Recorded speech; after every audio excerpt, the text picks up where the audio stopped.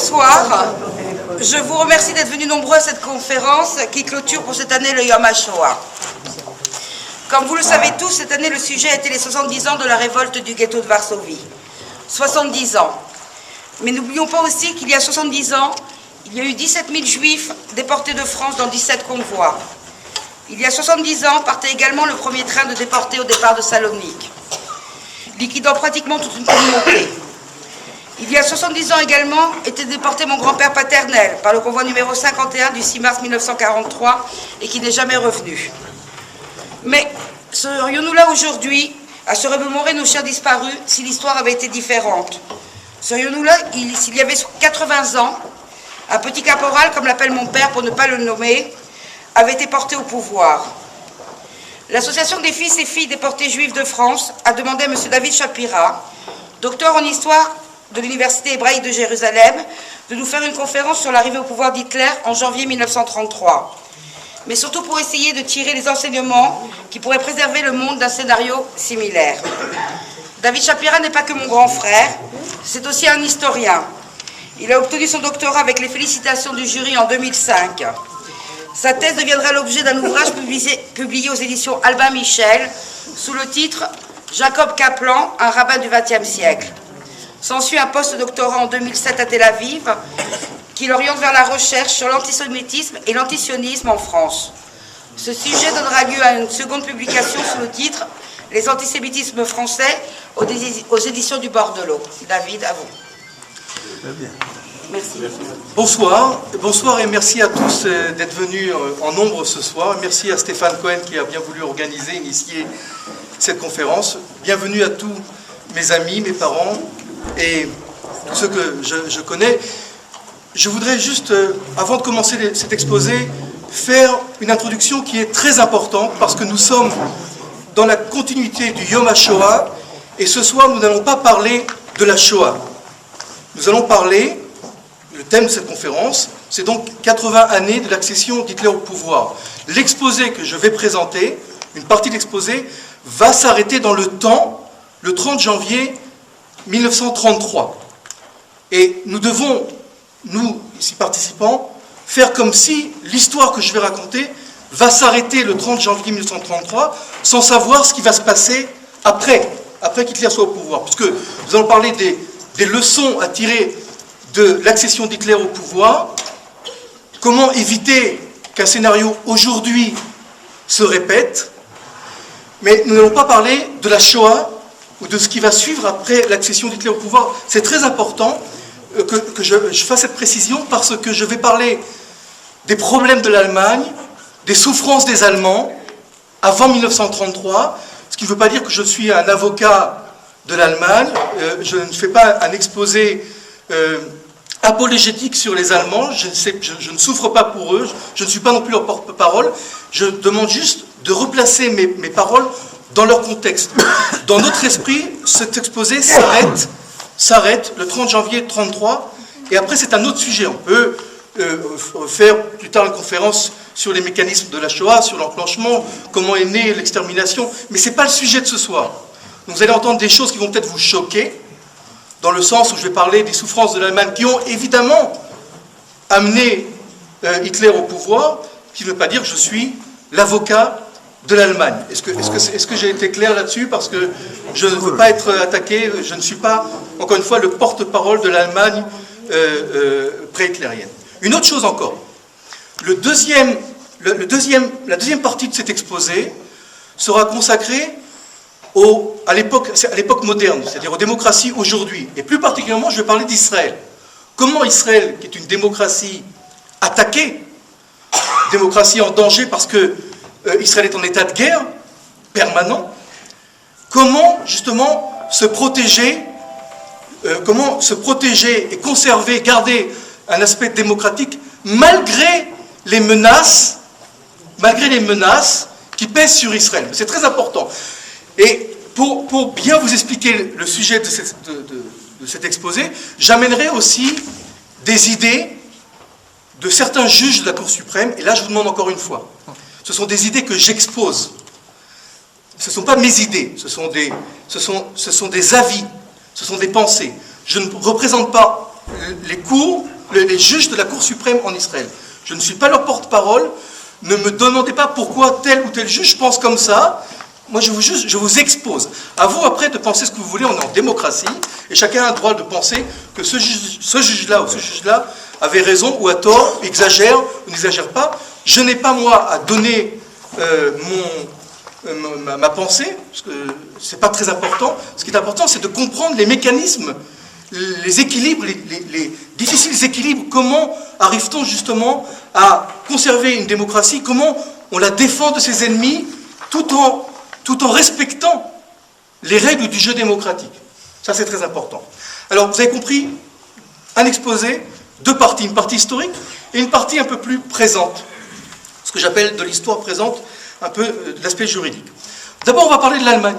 Et je vais essayer d'expliquer dans ces quelques minutes qu'est-ce qui s'est passé en Allemagne, comment se fait-il qu'Hitler soit arrivé au pouvoir par un peuple qui est considéré comme extrêmement évolué d'un point de vue culturel, musical, philosophique, un peuple qui était au 19e et jusqu'à l'accession d'Hitler au pouvoir, au summum de la culture européenne. Je pense que l'Allemagne, avec Vienne, c'était vraiment le phare. D'abord, juste un petit point historique, l'Empire d'Allemagne, l'histoire moderne d'Allemagne commence en 1871, alors que la Prusse envahit la France, comme vous le savez, envahit l'Alsace et la Lorraine, et Bismarck en profite pour réunir tous ces petits pays, la Prusse c'est pas un petit pays, c'est le principal pays, tous ces petits pays, toutes ces petites fédérations, confédérations, et en fait un grand empire qu'on appelle l'Allemagne, en 1871. Le traité de capitulation des Français, en 1871, est signé au château de Versailles, dans la galerie des Glaces. Humiliation pour les Français qui capitulent devant la Prusse.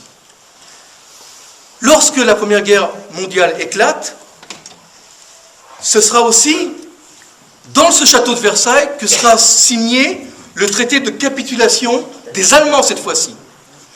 Je vous rappelle juste que pendant plus de 40 ans, les Français n'ont rêvé que d'une seule chose. Comme disait Clémenceau, tout le monde le pense, mais personne ne le dit. Le mot vengeance. Les Français voulaient se venger de l'humiliation qui leur avait été faite sous Napoléon III, d'avoir perdu les territoires de l'Alsace et de la Lorraine, d'avoir perdu la guerre, et d'avoir été assiégés autour de Paris, à cette époque-là, en 1871. À la fin de la guerre, en 1918, l'empereur Guillaume II capitule le 9 novembre 1918. Le traité de capitulation est signé à Versailles, et l'Allemagne est en pleine ébullition. Il y a, très rapidement, il y a une scission au sein du mouvement démocrate-socialiste. Il y a une tentative de révolution communiste, une scission, ce qu'on appelle les spartakistes, Rosa Luxembourg, des Juifs, Karl Liebknecht, et créée la République de Weimar. République très importante qui n'a pas survécu longtemps, de 1919 à 1933. Elle a duré 14 ans, mais c'est important de comprendre ce qui s'est passé pendant ces 14 ans et de comprendre comment une république, qui est une démocratie avancée à cette époque, très progressiste, comment et pourquoi une république moderne, le droit de vote aux femmes par exemple, un exemple de la République de Weimar, alors que dans le monde entier, les femmes ne votaient pas. Ça a été l'une des premières démocraties à donner aux femmes le droit de vote. Comment? Le suffrage universel aussi. C'était une des premières démocraties à donner la possibilité d'élire le président. Comment une démocratie si avancée s'effondre en 14 ans pour donner naissance à l'un des régimes les plus barbares que l'humanité ait connus? Tout d'abord, l'humiliation, la défaite. Je vous l'ai dit, les Français, les Alliés, exigent que les Allemands signent le traité de capitulation là où les Français l'ont signé plus de 40 ans, exprès. Très important, pour la première fois, puisqu'on parle d'un conflit mondial, le premier grand conflit mondial, pour la première fois, on désigne un responsable de la guerre. Responsable de la guerre. Responsable, je vous signale d'ailleurs que c'est à cette époque qu'on crée l'embryon de l'ONU actuelle, la SDN, la Société des Nations, et qu'on accuse l'Allemagne d'être responsable du déclenchement de la Première Guerre mondiale. C'est très important parce que c'est la première fois, d'abord, qu'une société des nations se crée, un corps qui regroupe plusieurs nations, et c'est aussi la première fois qu'on accuse un État d'avoir déclenché la guerre. Vous savez, pour la plupart, on ne sait pas vraiment ce qui a été. On sait qu'il y a eu un attentat à Sarajevo et des menaces et des ultimatums. On ne sait pas vraiment quelle est la cause de la Première Guerre mondiale. Ça reste une discussion ouverte jusqu'à aujourd'hui. Vous trouverez une centaine de thèses différentes, mais on ne sait pas vraiment quel a été le déclencheur. Et il y a évidemment des explications. On sait que la France voulait se venger, puisque je parle de vengeance. Peu importe, on accuse l'Allemagne, c'est très important. Parce qu'à partir du moment où on accuse l'Allemagne, donc c'est elle qui a les responsabilités de cette guerre, on lui impute toutes les fautes et donc toutes les punitions, toutes les réparations. Et l'Allemagne, encore une fois, je ne suis pas l'avocat de l'Allemagne, l'Allemagne va signer un traité qu'on appellera plus tard le diktat, c'est plus un traité. C'est-à-dire que la délégation allemande va subir toute une série d'humiliations. Par exemple, lorsqu'ils vont aller se rendre à Versailles d'Allemagne, on va les mettre dans un train qui va rouler très lentement dans les territoires du nord de la France pour qu'ils voient tous les ravages de cette guerre et qu'ils comprennent que ce sont eux les responsables. On va leur amputer près de 15% de leur territoire. On va les déposséder de tout leur empire colonial, ce qui représente aujourd'hui le Cameroun, le Togo, la Tanzanie, le Rwanda, le Burundi, le Namibie. Tout ça c'est perdu. Ils sont aussi frappés d'anathème. L'Allemagne ne peut pas adhérer, ce qui est une erreur monumentale, ne peut pas adhérer à la Société des Nations. Elle n'a pas le droit. Parce qu'elle est fautive, parce qu'elle est responsable de la guerre. Or, si la Société des Nations avait pour but objectif d'essayer de conserver une certaine paix dans le monde, le fait de refuser à l'Allemagne, après elle rentrera, après elle sortira, quand Hitler viendra au pouvoir, c'est déjà amputer cette organisation de son objectif principal. Évidemment, on va exiger des restrictions militaires énormes, c'est-à-dire que l'Allemagne n'aura pas le droit d'avoir une armée de l'air, sera limitée dans le nombre de ses soldats, dans le nombre de ses blindés, etc., etc. Et surtout, on va imposer une amende, une réparation de guerre, comme on appelle ça, mais c'est une amende, de plus de 132 milliards de marks à l'époque. C'est énorme. À l'époque, en 1918-1919, la réparation de guerre doit être payée pendant 70 ans, jusqu'en 1988.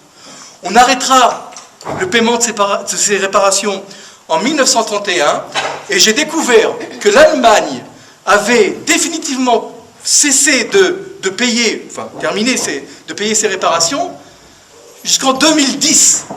C'est-à-dire que jusqu'en 2010, l'Allemagne a continué à payer des réparations de guerre de la Première Guerre mondiale, je parle, pas de la Seconde, de la Première Guerre mondiale. Ce traité, c'est l'ultime humiliation pour l'Allemagne. C'est l'ultime humiliation, et Hitler ne cessera, et pas seulement Hitler, de fustiger le traité de Versailles en disant que c'est un traité honteux, humiliant, qui a été imposé à l'Allemagne. D'ailleurs, ce qui est très étrange, c'est que les États-Unis ne ratifient pas le traité de Versailles. À cette époque, le président des États-Unis, Wilson, avait essayé d'alléger toutes ces réparations, avait essayé justement de calmer le jeu, mais sans réussir. C'est pour ça d'ailleurs, c'est une des raisons pour laquelle les États-Unis ne rentreront pas dans la Société des Nations, dans la SDN, ce qui va aussi amputer les objectifs principaux de la Société des Nations. Donc, c'est une réparation très lourde financière que l'Allemagne va endosser. D'ailleurs, même pendant les discussions sur le traité de capitulation de l'Allemagne, la délégation allemande avait été mise de côté, le prétexte étant qu'on voulait les protéger on voulait les protéger, assurer leur protection parce que les Alliés étaient tellement en colère. Et en fait, ils ont été convoqués. On leur a dit, on leur a explicité toutes les conditions de capitulation à cette délégation. Ils ont au départ refusé de signer, mais sous la pression, ils ont été quasiment obligés de signer ce traité de capitulation. Alors, ce qui va se passer, c'est qu'un mythe va se développer autour de ce traité de Versailles, ce traité terrible pour l'Allemagne. C'est le mythe du coup de poignard dans le dos. L'impression est que la délégation de l'Allemagne a été contrainte de signer. Et les sociodémocrates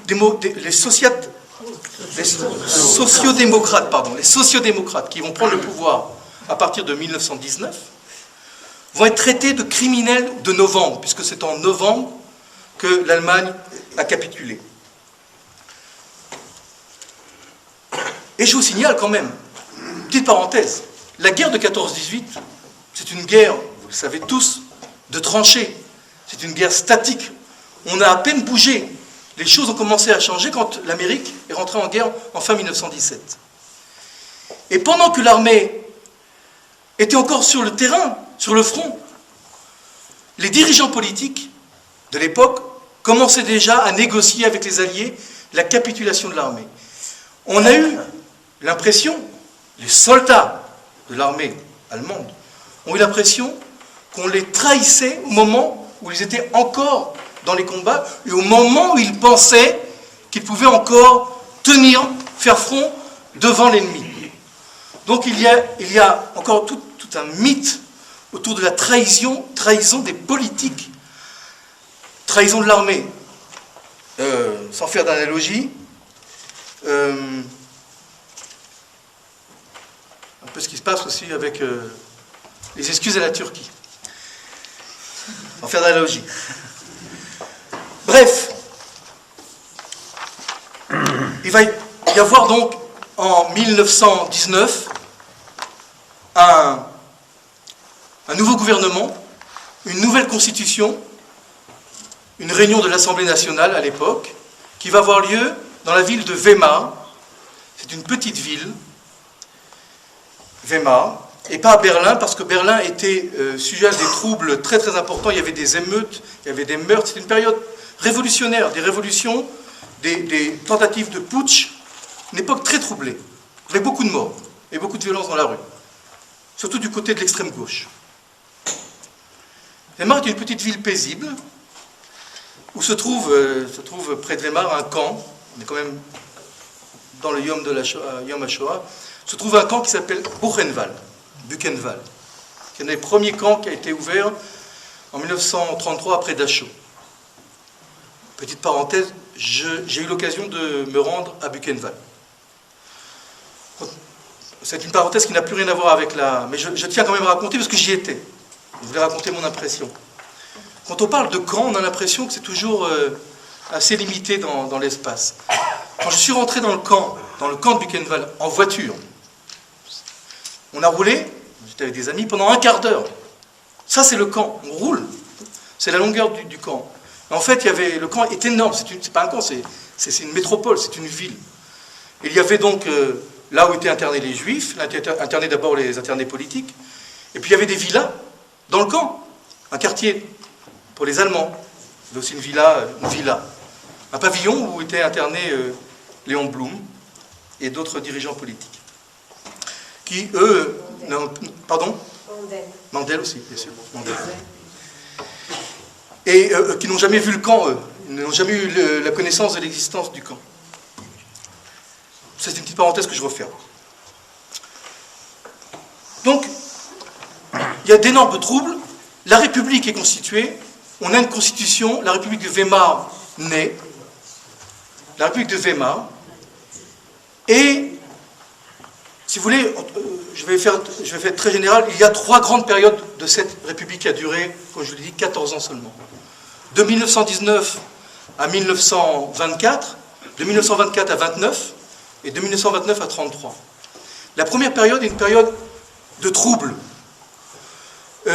On est contre cette république, contre cette démocratie. D'abord, la gauche veut renverser le pouvoir et s'inspirer du modèle soviétique. La révolution a eu lieu en 1917.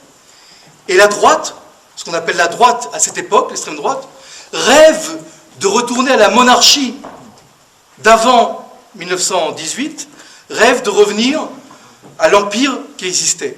Et donc, au milieu de tout ça, il y a des forces libérales, mais qui n'ont pas leur légitimité. Elles n'ont pas leur légitimité, encore une fois, du fait aussi beaucoup qu'ils ont signé le traité de Versailles. Et l'une des grandes failles de cette république, de cette démocratie, et je crois que c'est aussi un enseignement pour aujourd'hui, c'est que ce régime démocratique, aussi avancé qu'il soit, n'a jamais eu une réelle légitimité de l'ensemble des Allemands. Et encore une fois, pour toutes sortes de raisons. Les gauches voulaient un système communique, la droite voulait un roi ou un empereur. Et il y avait au milieu des centristes qui aspiraient quand même à cette démocratie.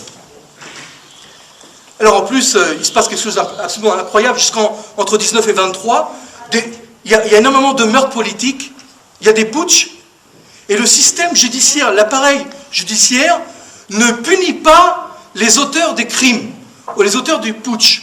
Je vous signale quand même que le 9 novembre, toujours cette date 9 novembre, l'application de l'empereur, mais le 9 novembre à Munich, il y a une tentative de putsch d'Adolf Hitler, qui a un mouvement politique, qui est un groupuscule, et qu'il est pris, et qu'il est assigné en justice, traduit en justice, et qui est condamné à 5 ans de prison, mais ce n'est pas vraiment la vraie prison, c'est une prison hôtel.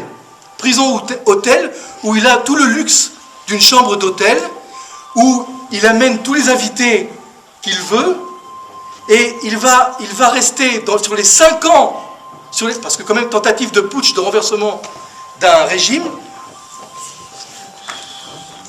sur les 5 ans où il est puni, il va rester moins d'1 an et commander et inviter des personnes qui vont rédiger un ouvrage qui est quasiment illisible et qui va devenir plus tard un best-seller, Mein Kampf. C'est à cette époque. Et c'est pas seulement Adolf Hitler qui jouit de ce régime de bonne volonté de la part de la justice. Des gens, des personnes assassinent d'autres personnalités politiques et sont condamnés à 1 an, 6 mois, ou pas, de prison. Parce que même l'appareil judiciaire ne reconnaît pas la légitimité de la République de Weimar. Et ça, c'est tragique. Personne, si vous voulez, ne joue le jeu. Comme l'a écrit un historien, à cette époque-là, dans les années 23-24, on n'aimait pas les nazis. On n'aimait pas les nazis. Mais on n'aimait pas non plus la République. On n'aimait pas la démocratie.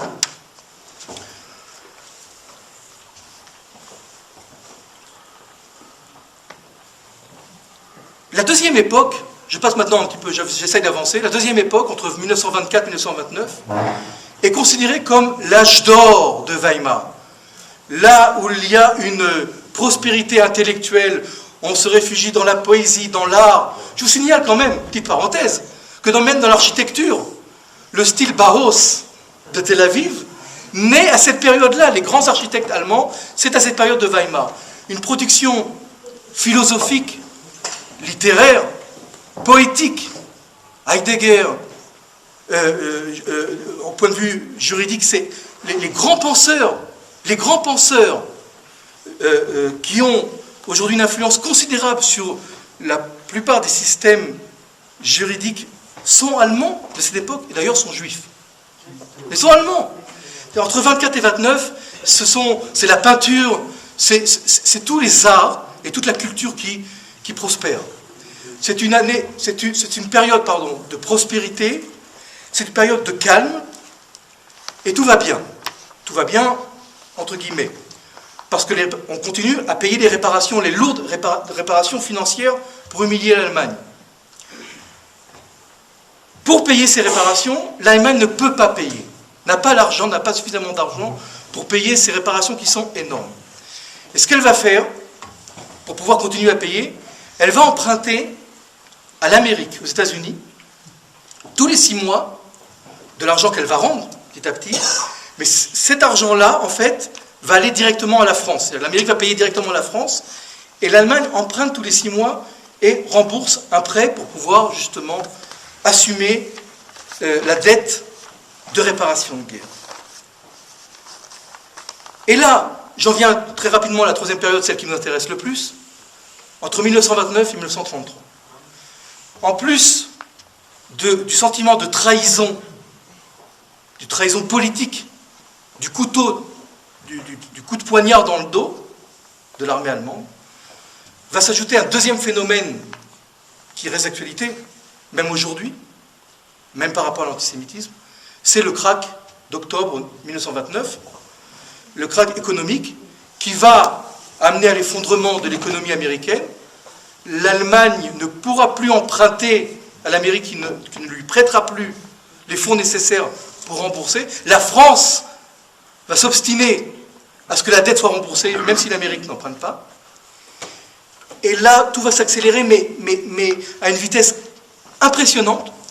Une inflation, je ne sais pas si vous vous rappelez de ces caricatures, de la brouette pour $1, et tous ces petits Allemands qui ont un peu épargné, qui ont un peu économisé d'argent, où tout s'effondre.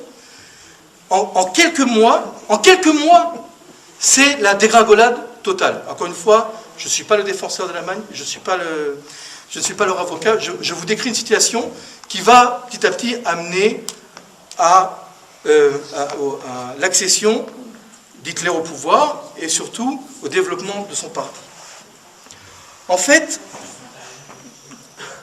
quand on voit le développement du parti nazi, du parti national-socialiste, ce qu'on appelle le SDAP, on est terrifié, je suis terrifié, parce que ce genre de parti qui commence comme des groupuscules, avec quelques dizaines d'individus, peuvent, avec des circonstances historiques dont nous n'avons pas le contrôle, peuvent grandir de centaines à des dizaines, centaines de milliers, voire des millions d'adhérents. Je dis ça parce que dans les années 70, le Front National faisait 0,5%, et qu'aujourd'hui, il est entre 15 et 16%. Pardon ? Dans les élections, en tous les cas, il est à 15, 16. Aujourd'hui, on ne sait pas, et encore, il est bloqué par le système électoral, parce qu'on sait très bien, aujourd'hui, si on avait un mode d'élection proportionnel, nous aurions une centaine de députés du Front National à l'Assemblée nationale en France. C'est clair. C'est exactement ce qui s'est passé d'ailleurs pour Weimar, qui voulait justement un système proportionnel le plus démocratique, le plus représentatif, qui donne vraiment au peuple la possibilité de s'exprimer. C'est exactement ce qui va se passer.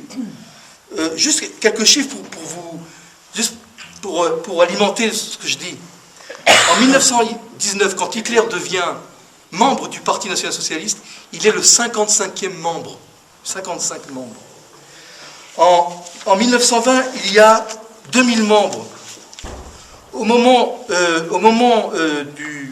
d'une élection présidentielle en 1925, période de prospérité, Hitler ne peut pas se présenter comme président, candidat à la présidence parce qu'il est autrichien, il n'est pas naturalisé allemand.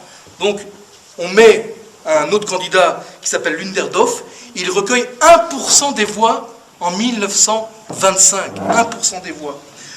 En 1928, grandes élections législatives, le Parti national-socialiste a 2,6% de voix. Des voix, c'est-à-dire 800 000 voix et 12 sièges sur une assemblée qui compte 490 députés. Quand en 1931, il y a en Allemagne, suite à la crise économique, 6 millions de chômeurs à 100%, l'Allemagne compte 60 millions, 65 millions d'habitants, c'était 6 millions de chômeurs à 100%, et 8 millions de chômeurs en plus, qui sont des chômeurs partiels, avec un taux de croissance de moins 7%. Dans les élections de 1930, c'est là où le parti nazi va exploser. Hitler va recevoir 6 400 000 voix, soit 18% de l'électorat, ce que fait à peu près le Front National, soit 107 sièges dans une assemblée qui en compte 577 députés, comme la France aujourd'hui. 577, 107 députés sont membres du parti nazi. Et là, il va se passer quelque chose d'incroyable. Et c'est très important de comprendre comment Hitler a tellement bien réussi son accession au pouvoir. Lorsqu'en 1930,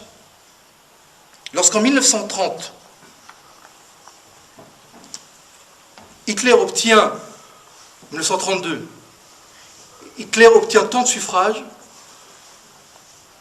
avec les sections d'assaut, on va le pousser à prendre le pouvoir par la force. Il n'avait aucun problème à le prendre, parce qu'il avait cette milice armée, qui sont les sections d'assaut, les SA, qui étaient dans toutes les rues, et il contrôlait la situation. Et Hitler, c'est connu, va renvoyer les sections d'assaut chez eux à la maison, alors qu'ils sont plus d'1 million dans la rue, 1 million d'hommes armés de milices, une milice privée, et va s'entêter à prendre le pouvoir dans la légitimité, par voie démocratique uniquement. Et c'est très compréhensible, parce que pendant des années, on délégitimise le régime en place. On dit que Weimar a trahi l'armée allemande. On dit que Weimar a capitulé, a trahi politiquement. On le délégitime. Comment Hitler pouvait prendre le pouvoir et devenir légitime si lui utilisait des moyens qui n'étaient pas des moyens légalistes? Et donc, l'intelligence politique d'Hitler va le persuader qu'il ne doit accéder au pouvoir que par la légalité, pour avoir une légitimité. C'est ça qu'il faut comprendre. Utiliser, profiter d'une démocratie en place et prendre le pouvoir par voie démocratique, après, évidemment, nous savons ce qui va se passer après. Mais c'était là un des points les plus importants, des points stratégiques les plus importants, alors que tout le monde autour d'Hitler lui conseillait de passer à l'action, sachant qu'il avait 100% de chance de réussir, de prendre le pouvoir par la force, par un coup d'État. En 1932, il y a encore des élections. En général, il y avait des élections tous les 4 ans, mais il y a en Allemagne, à partir de 1929, un autre point fort qui va amener aussi au pouvoir Hitler, c'est l'instabilité politique. Alors d'abord, je répète, un sentiment de trahison. Une sensation que la République n'est pas légitime. On ne s'identifie pas avec les valeurs démocratiques. Troisième raison, l'instabilité politique. Il n'y a rien de pire qu'une instabilité politique. Il n'y a rien de pire que la 4e République. Il a fallu faire une 5e République, changer la Constitution en France, parce que ça bougeait tout le temps. Impossible de gouverner. Et quand en Israël, sans la comparer évidemment avec l'Allemagne, mais quand en Israël, un gouvernement, et ça arrive souvent, ne termine pas ses 4 années de mandat, ça contrarie beaucoup les citoyens. Parce que l'instabilité politique entraîne une indifférence. Quand il y a trop de changements, quand il n'y a pas de stabilité, on s'écarte un peu, on s'éloigne de la vie politique. L'instabilité politique est quelque chose de mauvais qui amène à une méfiance de la part du citoyen et qui surtout ne lui donne plus envie de participer au débat parce que ça change trop, ça change tout le temps, on n'a pas le temps de penser à une politique à long terme, même 4 ans c'est court, et si on n'arrive même pas à les faire, c'est pas bon, c'est pas bien, c'est pas bon pour une démocratie, c'est pas positif.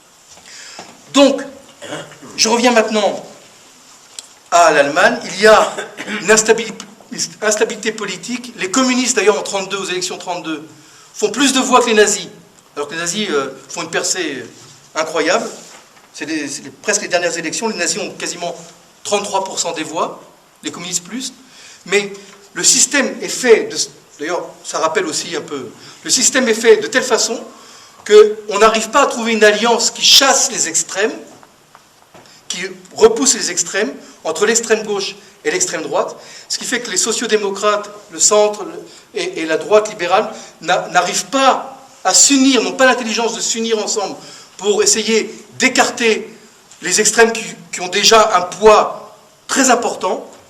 Et ça va être après, on va après, Hindenburg va sur les conseils de von Papen, va demander à Hitler d'être chancelier alors qu'il n'a pas la majorité, et parce qu'il n'y a plus de stabilité, et lui seul serait à même d'instaurer une stabilité politique.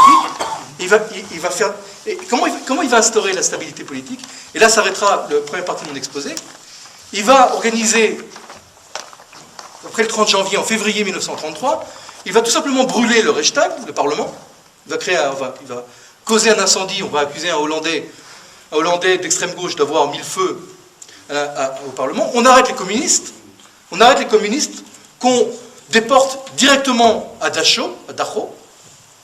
Et donc déjà, il y a les communistes en moins, donc on refait des élections, les nazis n'ont pas tout à fait la majorité qu'il faut, ils ont 43%, et après on commencera à interdire les partis politiques, les sociodémocrates, etc. etc.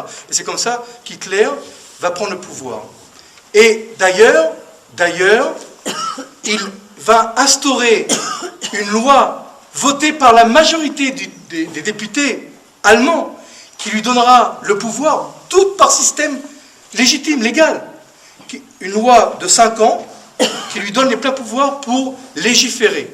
Et tous les 5 ans, il va renouveler, à partir de 33, en 38, en 43, ce sera la dernière fois, il va tous les 5 ans renouveler cette loi avec l'ensemble des députés qui deviennent après des marionnettes, évidemment, mais tout dans la légitimité, pour justement contrecarrer cette ambiance de délégitimation de la République de Weimar. Donc, je vais maintenant résumer en 4 points, 5 points principaux, comment et pourquoi Hitler a réussi à s'emparer du pouvoir. Premièrement, l'humiliation de la défaite, le traité de Versailles. Deuxièmement, une méfiance des groupes qui n'acceptent pas le régime démocratique en place. Troisièmement, une crise économique sans précédent. On est aussi un peu dans ces genres de scénarios. Une instabilité politique, c'est le 4e point. Et le 5e point très important, c'est un respect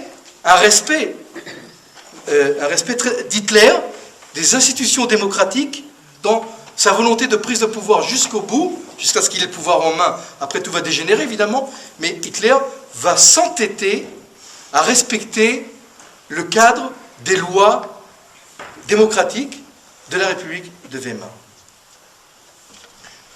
Alors, bon, je vous ai maintenant exposé en quelques minutes ce qui s'est passé. Comment aujourd'hui, à la lueur de ce que nous avons appris, ou pas appris, ou nous sommes rappelés ces quelques minutes, comment une démocratie doit-elle ou peut-elle se défendre d'un même scénario où une personnalité charismatique profiterait de l'instabilité politique, d'une crise économique sans précédent, d'une méfiance envers la démocratie? Vous savez même qu'en Israël, je n'ose dire qu'en Israël, il y a des groupes de personnes qui refusent, qui n'acceptent pas que ce pays soit démocratique. Il y a des secteurs entiers qui jouent le jeu, mais qui n'estiment pas que la démocratie est le meilleur des régimes qu'on puisse avoir. Il y en a qui rêvent de pays, d'États, de régimes théocratiques, certains islamistes, certains juifs. Il y en a qui... il y en a qui n'acceptent pas la démocratie, qui pensent que c'est pas représentatif. Ils aimeraient un autre régime monarchique, ou je ne sais pas, toutes sortes de gens. Je ne veux pas ici donner mon point de vue. Je dis qu'il y a, en Israël par exemple, des secteurs de population qui ne sont pas des petites minorités, qui n'acceptent pas, ou qui, si ça dépendait d'eux, ou s'ils étaient majoritaires, n'instaureraient pas un régime démocratique en Israël. Alors, je vais vous rappeler quelque chose qui est évident. Si la République française a pour devise liberté, égalité et fraternité. Nous, en Israël, nous n'avons pas cette devise-là. L'aspiration de l'État d'Israël, du moins de Ben Gurion jusqu'à maintenant, et ça n'a pas changé pour l'instant, c'est d'être un pays juif et démocratique. Medina Yehudit ve démocratique. Un pays juif et démocratique. Alors, il y en a qui prétendent que l'État d'Israël doit être qu'un pays juif et pas démocratique. Il y en a qui prétendent que l'État d'Israël doit être un pays démocratique et pas juif, et ouvert à tout le monde. Il y en a qui prétendent que être juif et démocratique, ça ne va pas ensemble. C'est pas possible de réunir les deux, ça se contredit. Et puis il y en a qui disent que ça peut marcher. Donc vous avez à peu près l'éventail des idées. À vous de juger, je vous laisse libre de penser si c'est possible, pas possible. En tous les cas, pour me pousser un peu plus dans la réflexion, nous sommes un État juif, c'est comme ça qu'on le définit, c'est pas moi, hein. Dans le sens où nous parlons hébreu, notre livre d'histoire est la Bible, notre jour de repos est le Shabbat, nos fêtes sont des fêtes liées aux fêtes d'Israël. Nous sommes un État juif dans le sens où nous donnons une préférence pour le peuple juif à revenir s'installer ici, par la loi du retour, qui est une loi qui est adressée ou proposée à tous les juifs du monde entier, juifs, donc il y a une préférence. Et je ne vous cacherai pas même que lorsque le gouvernement décide d'allouer des terres pour construire des villes, il y a aussi une préférence pour les juifs. Parce que c'est un État juif. Et je ne vous dévoilerai pas que même à Jérusalem, il y a une préférence pour la création de quartiers juifs. Bien sûr qu'on alloue des terres aussi aux minorités, à la minorité arabe, pour qu'elles agrandissent leur ville, pour qu'elles puissent s'installer. Il n'y a pas, faites attention, ne me faites pas dire ce que je n'ai pas dit, il n'y a pas de ségrégation ou d'apartheid, évidemment, il n'y a pas. Mais l'État d'Israël, en se déclarant juif et démocratique, donne une préférence à certaines communautés par rapport à d'autres. Et en défend d'autres par rapport à l'une. Vous allez voir tout de suite à quoi je fais référence. Ça, c'est très important. Vous savez, après l'exemple de Weimar, après ce qui s'est passé avec la République de Weimar, on a parlé très longtemps, on en parle encore, d'un concept qui s'appelle le syndrome de Weimar. Il y a le syndrome de Jérusalem, comme tout le monde connaît, et il y a le syndrome de Weimar. Le syndrome de Weimar, ce n'est pas une maladie, c'est un scénario apocalyptique d'une république très en avance sur son temps, une démocratie très en avance, qui s'effondre et qui devient l'un des États ou l'État le plus totalitaire, le plus barbare que l'humanité ait connu. Et ce scénario, c'est un cauchemar, un véritable cauchemar pour ceux qui croient dans les valeurs démocratiques, dans la liberté d'expression, dans la propriété privée, dans toutes ces valeurs démocratiques.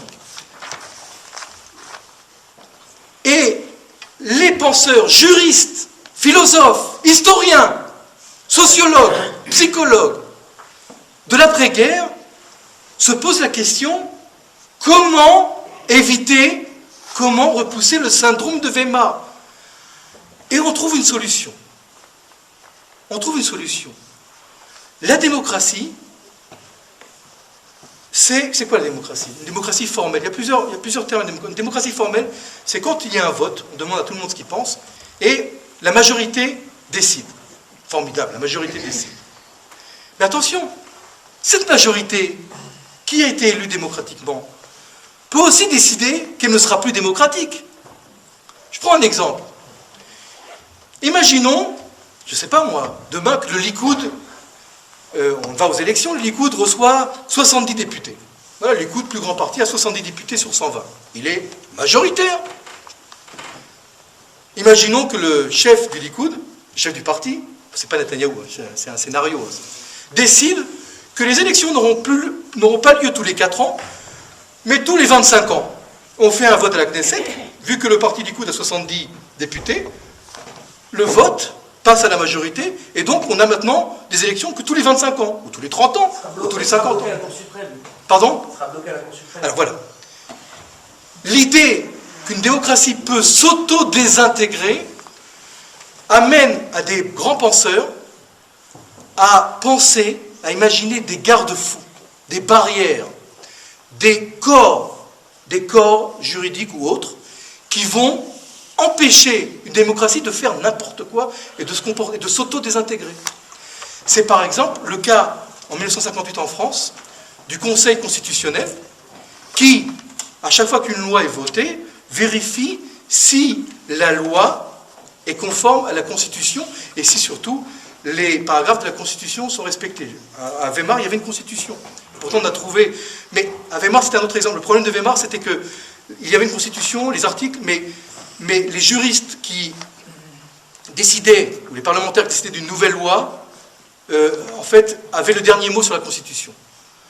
Or, on va, comme aux États-Unis, décider que la Constitution, comme on dit, est sacro-sainte. On ne touche plus à la Constitution et on met un organisme qui est chargé de veiller au respect de la Constitution. Et même si démocratiquement on décide d'une décision qui n'est pas dans l'esprit démocratique, comme l'a dit Stéphane, mon ami Stéphane, elle est bloquée, elle sera bloquée par la Haute Cour de justice, la Cour suprême. La même chose pour le Conseil d'État. D'ailleurs, j'en parlerai peut-être en conclusion, le premier qui avait pensé à ce genre d'organisme qui est en fait un contrôleur, qui contrôle que les lois constitutionnelles sont respectées, était un juif, un juriste juif, qui a écrit la Constitution d'Autriche en 1920, qui s'appelle Kelsen. J'en viendrai à ma conclusion. Donc en fait, comme l'a dit Stéphane, en Israël par exemple, je prends l'exemple d'Israël parce que c'est le plus proche. En Israël, on a décidé que l'organisme qui contrôlerait que la démocratie fonctionne normalement et que les démocrates ne profitent pas du système démocratique pour violer les principes de la démocratie, serait la Haute Cour de justice, la Haute Cour de justice, ce qu'on appelle Bet Mishpat HaGavoa LeTzedek, Bet Mishpat HaElyon. Et cette décision suscite énormément de critiques, et des critiques qui sont justifiées. La Cour suprême, c'est 11 juges qui sont choisis par une commission. 15, pardon. Maintenant. 15 Maintenant. D'accord. 15 juges, pardon, qui sont choisis par une commission qui comprend 2 ministres, 2 parlementaires et des avocats, etc. Mais ces juges-là qui sont censés, non, dont la fonction est de valider ou d'invalider des lois qui viennent du Parlement israélien de la Knesset, ces juges-là ne sont pas élus. On ne les a pas choisis. Ils sont nommés par une commission. D'où d'ailleurs la critique qui montre en disant mais qui vous a donné l'autorité de décider si on veut qu'il y ait des élections tous les 8 ans ou tous les 50 ans ou tous les 4 ans. Et la Cour suprême, encore une fois, si le Parlement israélien décide qu'il n'y a plus d'élections tous les 4 ans, qu'on en fait une tous les 38 ans, la Cour suprême invalidera la loi. Elle l'a déjà fait. Pas pour cet exemple, mais elle a déjà invalidé les lois. Des lois d'un Parlement qui a été élu démocratiquement par nous tous.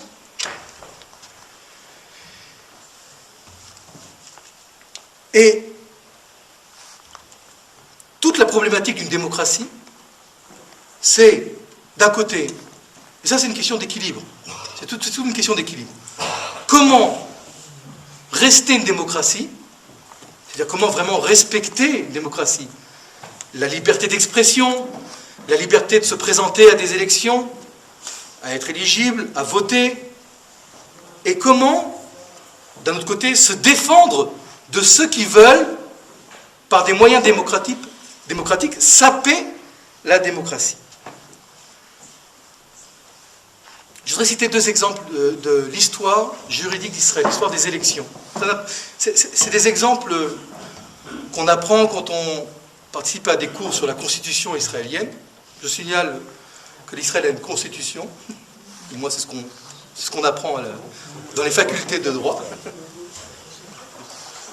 il y a un parti politique, en 1965, un parti politique qui s'appelle la Liste socialiste, qui voulait se présenter aux élections, à la 6e Knesset, et qui a été invalidé par une commission dirigée par un juge. Vous savez qu'il y a un juge, il y a une commission, à chaque élection, il y a un juge qui décide si telle publicité, telle campagne est permise ou pas. Et donc, cette liste a été invalidée parce que sur la dizaine de candidats qui s'étaient présentés, il y avait 5 candidats d'une association arabe qui s'appelle El Arad. Le mouvement s'appelle El Arad.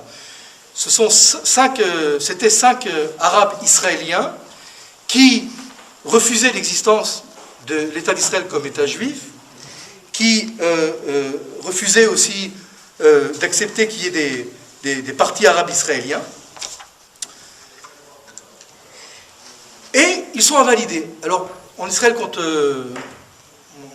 on est invalidé, on va tout de suite à la haute cour de justice. Et à cette époque-là, très intéressant, il y a au sein de la haute cour de justice des juges qui sont allemands d'origine. Il y a beaucoup de juristes et de juges, de grands juges, qui ont siégé même à la Cour suprême, qui ont fait leurs études, c'est intéressant, en Allemagne. Je dis en Allemagne, ils sont nés dans les années 1910, ils ont quitté l'Allemagne en 1933, 1934, jeunes juristes, mais juristes quand même, et ils sont venus en Israël. D'ailleurs, les 3 juges qui vont juger à Eichmann en 1960 sont des juges d'origine allemande, qui ont fait leurs études de droit en Allemagne. Et là aussi, dans cette histoire de la liste socialiste en 1965, on se retrouve avec des juges, pour la plupart d'origine allemande. Et eux comprennent ce que peut être le syndrome de Weimar. C'est-à-dire savoir respecter les règles d'une démocratie, permettre à tout le monde d'exposer ses idées, la liberté d'expression, la liberté de se présenter à des élections. Attendez, c'est très important. Une démocratie, tout le monde a le droit de se présenter. La liberté d'expression, c'est-à-dire que tout le monde peut parler, et tout le monde a le droit de dire ce qu'il pense, même si on n'est pas content, et ce qu'on entend, ça ne nous plaît pas. Mais c'est ça, la démocratie. Si on respecte la liberté, si on respecte les règles démocratiques, on respecte aussi la liberté d'expression. Le juge qui invalide au départ, qui invalide cette liste, s'appelle Moshe Landoy, il se retrouvera aussi au procès Eichmann, avant, et qui est allemand. Alors, ils font appel, et leur cas est présenté à la haute cour de justice, et on a 3 juges très intéressants, dont 2 sont allemands, et un américain, d'origine américaine.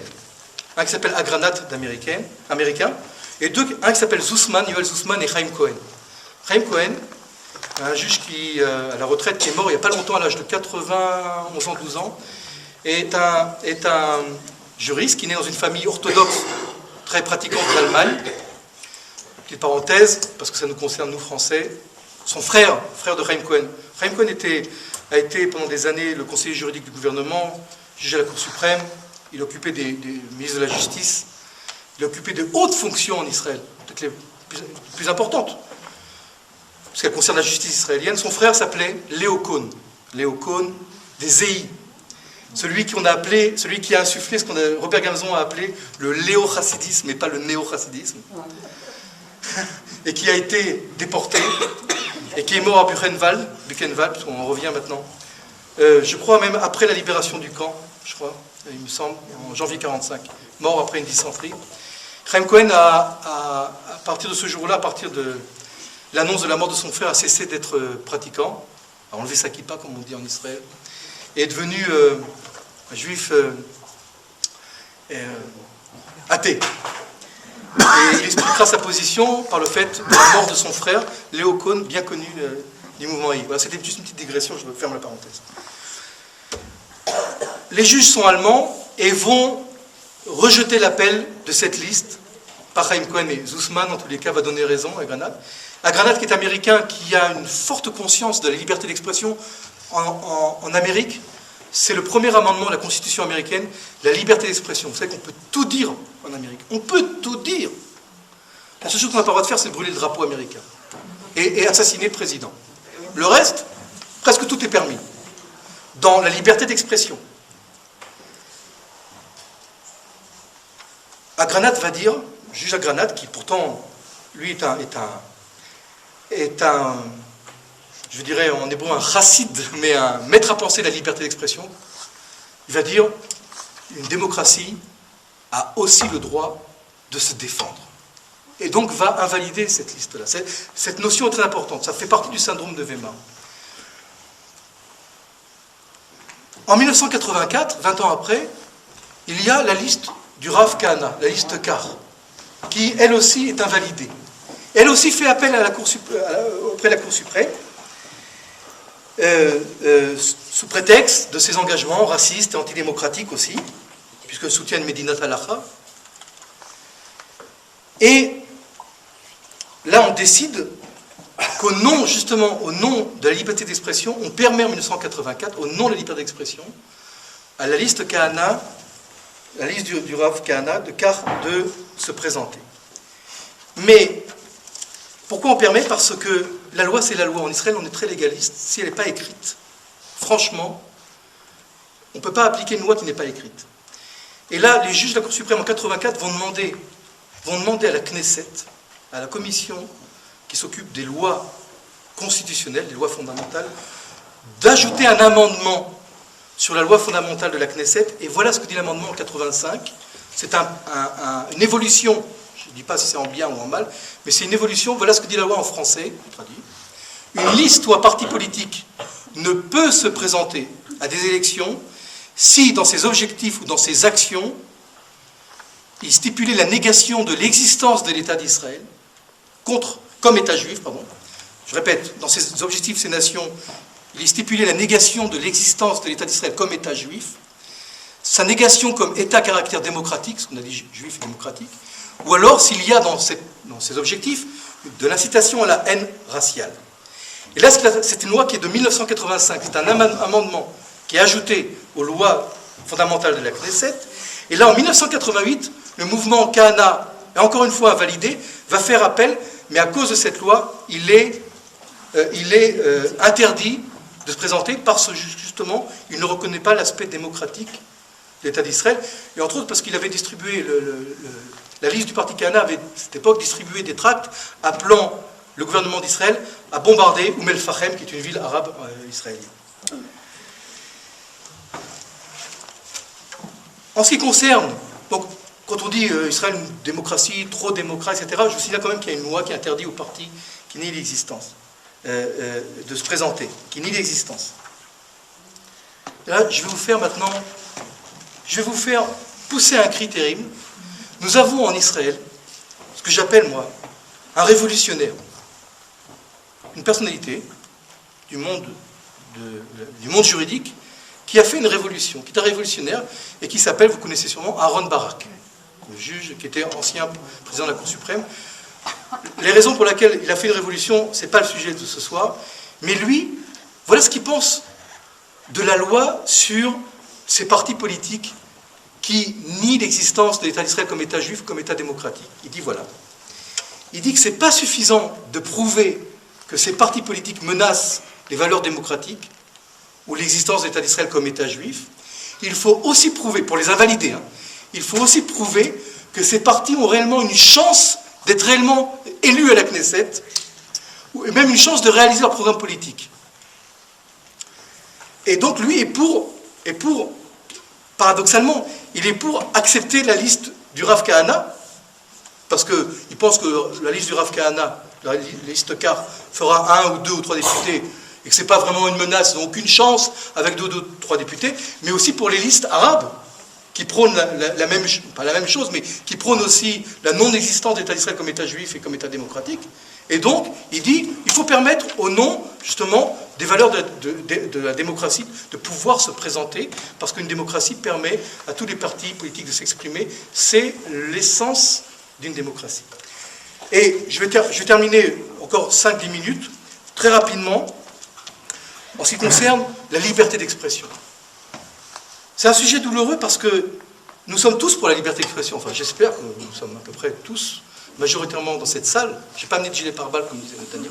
Mais j'espère que nous sommes tous pour la liberté d'expression. Mais la liberté d'expression signifie aussi la possibilité à des personnes d'exprimer des idées qui ne nous plaisent pas aussi, avec lesquelles nous ne sommes pas d'accord. La liberté d'expression, c'est souvent aussi synonyme de grincement de dents. Il faut jouer le jeu. Ou on permet une liberté d'expression, ou on ne la permet pas. D'ailleurs, à mon avis qui est tout à fait personnel, je pense que le Tanakh, la Bible, est un magnifique exemple de liberté d'expression. Quand on lit le Tanakh, vraiment quand on étudie le Tanakh, la Bible, on se rend compte que c'est un livre qui ne cache rien. Rien de ce qui est bien, mais aussi rien de ce qui est mauvais. Quand on viole une femme dans une ville de la région de Binyamin, et qu'après son mari la coupe en morceaux, en 12 morceaux, et envoie un morceau de sa femme aux 12 tribus pour dire voilà comment la tribu de Binyamin s'est comportée, il n'y a pas de censure, il n'y a pas d'autocensure. Il n'y a pas d'autocensure. C'est la véritable liberté d'expression. C'est la grandeur d'ailleurs du Tanakh.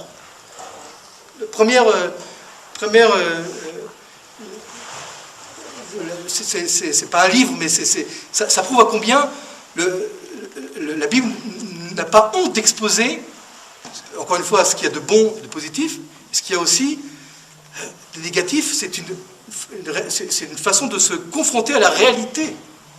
Il y a des centaines d'exemples, je n'ai pas des dizaines, des centaines.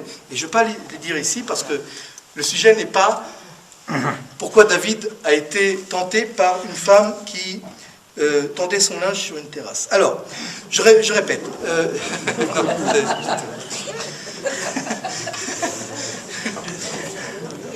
C'est les David et Bathsheba.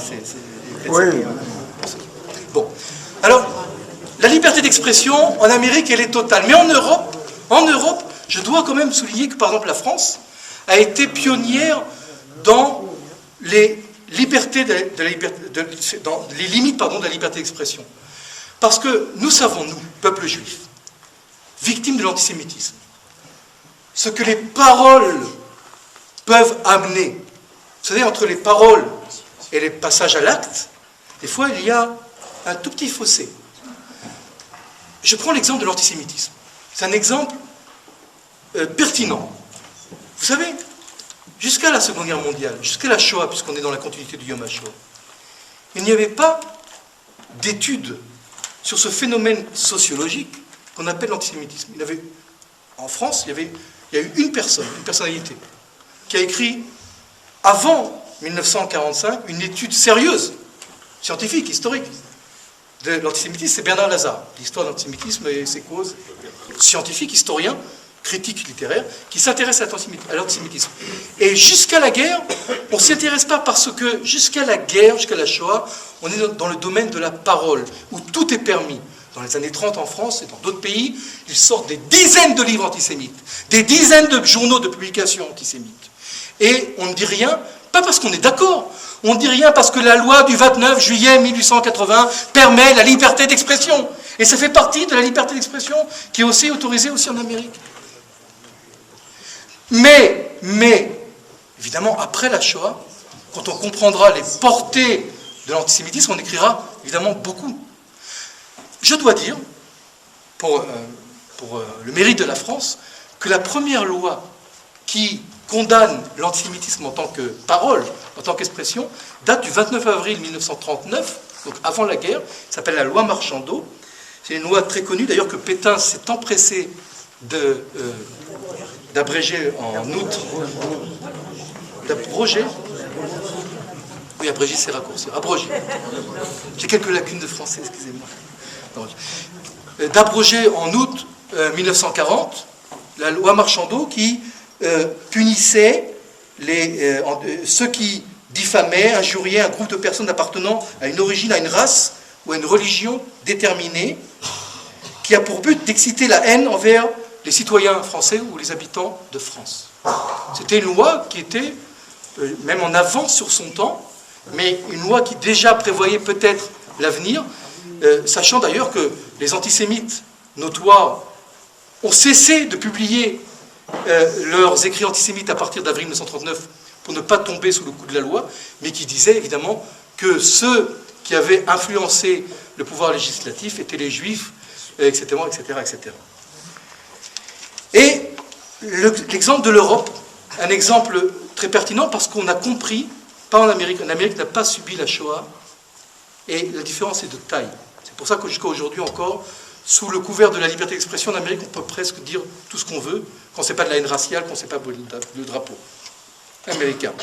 Mais en Europe, on a très vite compris après la guerre que la liberté d'expression était une valeur fondamentale, mais qu'il fallait aussi la limiter, et qu'on ne pouvait pas tout dire au nom de la liberté d'expression. Et c'est pour ça qu'après sont venues des lois qui ont limité la liberté d'expression quand ce n'est pas l'incitation à une haine raciale, haine religieuse, etc., etc. En Israël, je peux vous dire que jusqu'à une période très récente, on a défendu la liberté d'expression, surtout quand cela venait des minorités, c'est-à-dire des Arabes. Je vais vous dire pourquoi. Encore une fois, je ne défends pas cette position, je vous l'expose. On a considéré qu'il était plus difficile à une minorité de se défendre face à une majorité. Et donc on n'est plus permissif. On considère que la majorité, en tant que majorité, a plus de moyens de répondre, de se défendre. Et donc on est plus large, plus ouvert à des déclarations qui viennent de la minorité que celles qui viennent de la majorité. Mais, et là je mets un mais, c'est très important, de la même façon, j'ai parlé d'antisémitisme avant et après la Shoah, il y a eu un événement majeur, dramatique, presque même apocalyptique, c'est le meurtre Rabin. C'est-à-dire que quand on essaye d'analyser la liberté d'expression en Israël et son évolution, ce qu'on permet de dire, ce qu'on ne permet pas de dire, il y a un avant Rabin, il y a un après Rabin. Et avant Rabin, je peux vous dire, j'en étais témoin, des témoins très proches, on pouvait tout dire, y compris que Rabin c'était Pétain. Y compris cela. Y compris que Rabin avait le din rodef. Le din rodef, c'est quelqu'un qui vient devant vous tuer quelqu'un, vous avez le droit de le tuer sans passer par le Sanhédrin. Par un bête. On pouvait tout dire, et on disait tout. Mais on a compris, après la bombe, après le meurtre de Rabin, que même la liberté d'expression avait ses limites. Et on a changé de position après le meurtre de Rabin. On a changé aussi de position par rapport aux expressions de haine raciale. On est devenu beaucoup plus pointilleux. Je vous signale aussi un livre, des articles basés sur la halakha. Ça, vous en faites ce que vous voulez. Torah Tameler, par exemple, un livre de halakha, avec des introductions de rabbanim, qui explique dans quelles conditions il est permis de tuer des goïms. Ça passe pas. Ça passe pas. Et la liberté d'expression, c'est un sujet, on parle d'antisémitisme, on peut parler de racisme, d'appel au meurtre, de pornographie, tout cela. Ce sont des phénomènes qu'on analyse, qu'on essaye de permettre, pas permettre, d'interdire. Tout ça pour quand même rester dans les règles de la démocratie. Il y a eu beaucoup d'affaires, le film Jenin Jenin, qui est passé aussi devant la Cour suprême, a-t-on le droit, quand on sait que ce film est fallacieux, mais a-t-on le droit qu'une minorité puisse présenter ce genre de film? Il y a eu des affaires qui ont été aussi explosives. Une femme d'origine russe qui distribuait des tracts avec une tête de cochon, il y avait écrit Muhammad en dessous. Est-ce que ça fait partie de la liberté d'expression ou pas? Je signale qu'en Israël, quand même, il est interdit de brûler le drapeau,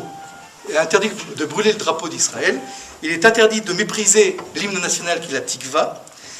Et je vous informe aussi que toutes les institutions arabes qui enseignent le 14 mai 1948, le 14 mai de chaque année, la Nakba, est privée de toute subvention gouvernementale. C'est une loi qui s'appelle la Chok Nakba. Les conclusions, c'est pas simple de maintenir une démocratie et de respecter les règles de démocratie. On est toujours dans un équilibre où on veut permettre aux citoyens de s'exprimer, de voter, d'être éligibles, mais on doit aussi limiter la liberté d'expression sans trop la limiter, parce qu'après, c'est plus une démocratie, si on n'a plus le droit de s'exprimer non plus. Si on n'a plus le droit de critiquer le gouvernement, alors c'est plus une démocratie.